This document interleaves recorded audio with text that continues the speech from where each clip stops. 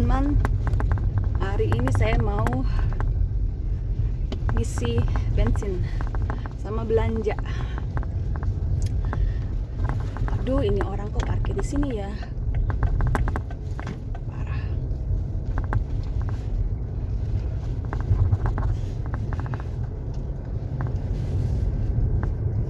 Hari ini hari Kamis. Cuaca, puji Tuhan, setelah kemarin sempat turun salju lagi, hari ini cerah ceria secara hatiku. Banyak orang yang lagi bersihin kebunnya, udah siap untuk menyambut musim semi, karena musim semi itu identik dengan tanam menanam. Jadi yang suka bercocok tanam, mereka mulai mengerjakan kebunnya ya. Kalau di Jerman kan kebanyakan orang punya kebun masing-masing. Ada yang suka tanam bunga, ada yang suka tanam sayuran. Ini saatnya untuk mulai kerja di kebun ya, apalagi cuaca bagus begini ya. Cuma saya kebetulan satu-satunya mungkin orang di Jerman yang tidak punya kebun ya. Nggak ada sama sekali, tidak ada satu petak pun. Jadi sampai sekarang ini saya nggak punya akses untuk keluar, untuk duduk di teras, karena kami juga nggak punya teras. Balkon juga kami nggak punya balkon. Jadi memang saya juga bukan orang yang senang bercocok tanam ya. Saya nggak ada bakat juga, nggak punya apa namanya green thumb kalau kata orang Sunda. Ya jadi memang nggak apa-apa sebenarnya. Cuma yang saya suka adalah melihat yang indah-indah, bunga-bunga itu kan biasa ya, hampir semua orang suka lihat yang indah-indah kan. Jadi memang cita-cita saya, walaupun saya tidak suka bercocok tanam, setelah saya hampir setengah abad hidup di dunia ini, baru pertama kalinya saya mulai merasa ada kerinduan gitu untuk punya kebun. Aneh ya, orang itu terus berubah. Jadi jangan bilang, oh saya nggak akan pernah tertarik dengan yang namanya bercocok tanam, yang namanya berkebun atau menanam bunga, menanam sayuran, ya apapun mungkin ya. Karena kita sebagai manusia terus berkembang dan terus berubah, itu bagian dari pertumbuhan ya. Namanya orang hidup selama ada di dunia ini pasti ada kemungkinan untuk berubah, never say never. So dulu saya bilang sama diri saya sendiri, saya nggak akan pernah bawa mobil di Jerman karena saya takut. Tapi nyatanya, aduh ada apa di depan, kenapa tidak bisa jalankah di depan ini, ada apa ini? Oh dia berhenti di sana, di sisi yang lain, jadi saya harus waspada. Oh, mungkin mereka mau mulai bekerja di kebun, jadi ada pekerjaan jalanan. Tuh, ada orang-orang yang kerja di jalan, di pinggir-pinggir jalan gitu. Jadi dari pihak kota pun akan mulai menanam ya, jadi supaya di pinggir-pinggir jalan itu kelihatan indah gitu ya.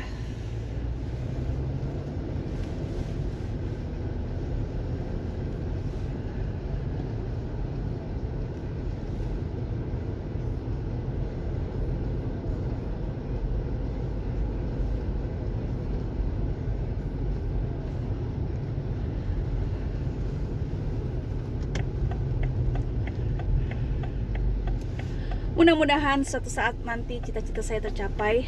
Saya bisa punya rumah sendiri dengan kebun sendiri yang ya kecil-kecil aja, yang cocok dengan kebutuhan dan kemampuan.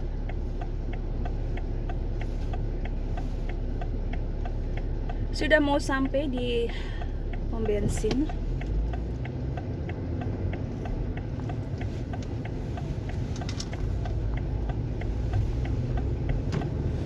Dari pom bensin saya mau langsung belanja, beli minuman. Oh iya.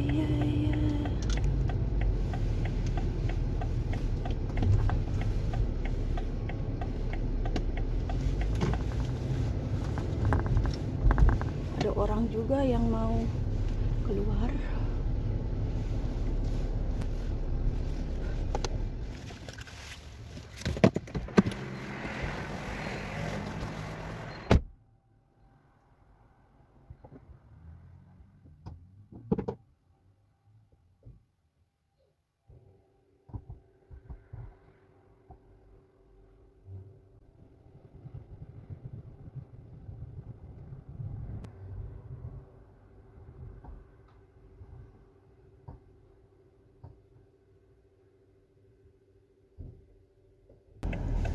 Apa yang terjadi? Tahu gak? Saya selesai ngisi bensin kan, masuk ke ini, ke tempat pembayaran ya. Kalau di Jerman kan ngisi bensin sendiri. Nah terus setelah ngisi bensin kita harus bayar juga kan. Kalau di Jerman gak usah takut kabur kan, nggak bisa ya. Habis ngisi begitu aja kabur. Jadi biasanya di pom bensin tuh ada toko kan, jadi kita bayarnya ke toko itu masuk. Dan biasanya saya bayar pakai kartu karena sejak corona tuh disarankan kita bayar pakai kartu menghindari uang tunai kan. Tapi suami saya tuh nggak suka, anti sama yang namanya pembayaran kartu gitu. Apa-apa harus pakai tunai. Nah terus saya pakai kartu suami saya ya, jadi kartu dia tuh saya ambil ya. Jadi dari dulu sejak kami pertama nikah tuh saya itu memang sama suami, kalau di Jerman ya sebenarnya suami istri itu rekeningnya bersama gitu. Jadi biasanya si suami dapat kartu, si istri dapat kartu. Cuma waktu saya menikah, saya kan di Indonesia sama suami tuh kita cuma punya satu kartu gitu. Tapi kapan saja saya perlu, karena waktu di Indonesia itu biasanya saya itu yang mengatur keuangan kan. Jadi semua pembayaran itu saya yang ngurus. Jadi otomatis ya kartu itu saya yang pegang ya. Kartu bank suami saya, kartu ATM atau apalah namanya ya. Nah, jadi sampai sekarang pun kalau saya perlu uang ya saya tinggal ambil aja kartunya suami saya tarik tunai atau saya mau pakai buat pembayaran. Nah, waktu saya bayar bensin, kartu itu tidak berfungsi. Nggak tahu apakah uangnya kosong, karena memang suami saya tuh dia kan punya perusahaan sendiri, jadi dia ngambil gaji sendiri. Jadi kalau seperlunya gitu loh. Jadi kalau orang kerja, ya sejak saya kerja, dulu saya sempat kerja kan, 3 tahun yang lalu saya kerja, saya bikin tabungan sendiri kan dari perusahaan yang mempekerjakan saya. Biasanya kita diminta kan harus punya rekening kan, jadi gaji kita tuh otomatis masuk ke rekening kita. Jadi saya juga punya rekening pribadi ya. Nah, jadi saya nggak mau dong pakai uang rekening pribadi saya, walaupun itu uang suami saya juga gitu ya. Sejak saya nggak kerja juga suami saya kan yang ngisi yang rekening pribadi saya.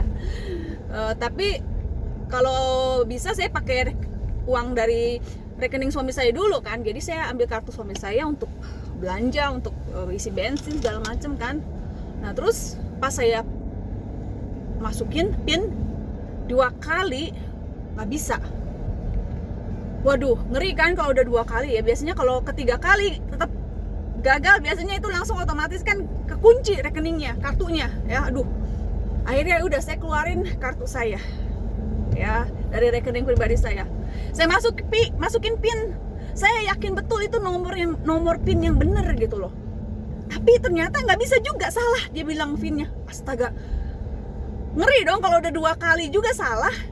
Ketiga kali nanti rekening saya juga ketutup. Waduh, kartu saya ya keblokir. Aduh bahaya. Akhirnya saya bilang, saya nggak punya cash ya. Saya di dompet saya itu uang cashnya nggak cukup buat bayar bensin. Akhirnya saya bilang, tunggu sebentar, saya pulang nanti saya balik lagi.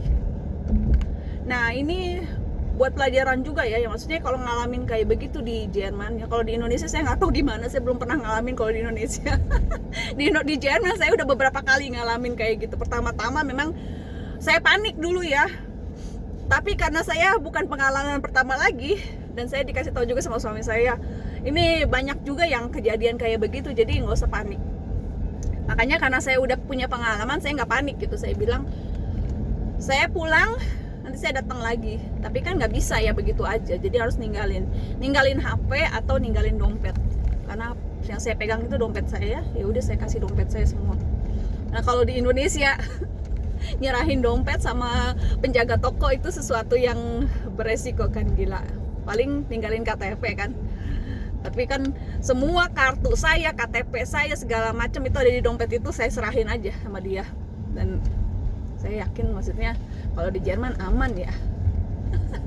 Walaupun saya belum cek lagi apakah ada yang hilang isinya dompet saya, enggak ya. Kayaknya sih enggak, saya udah cek juga sedikit bagian depannya. Ya, kartu saya utuh, uang saya juga utuh, yang nggak banyak ya uangnya. Nah terus ya udah saya pulang, saya lihat nomor PIN saya bener. Ya saya kayaknya masukin nggak salah gitu. Akhirnya saya balik lagi, saya coba lagi, bisa. Ya ada-ada aja ya. Itulah pengalaman di Jerman, lika-liku kehidupan di Jerman.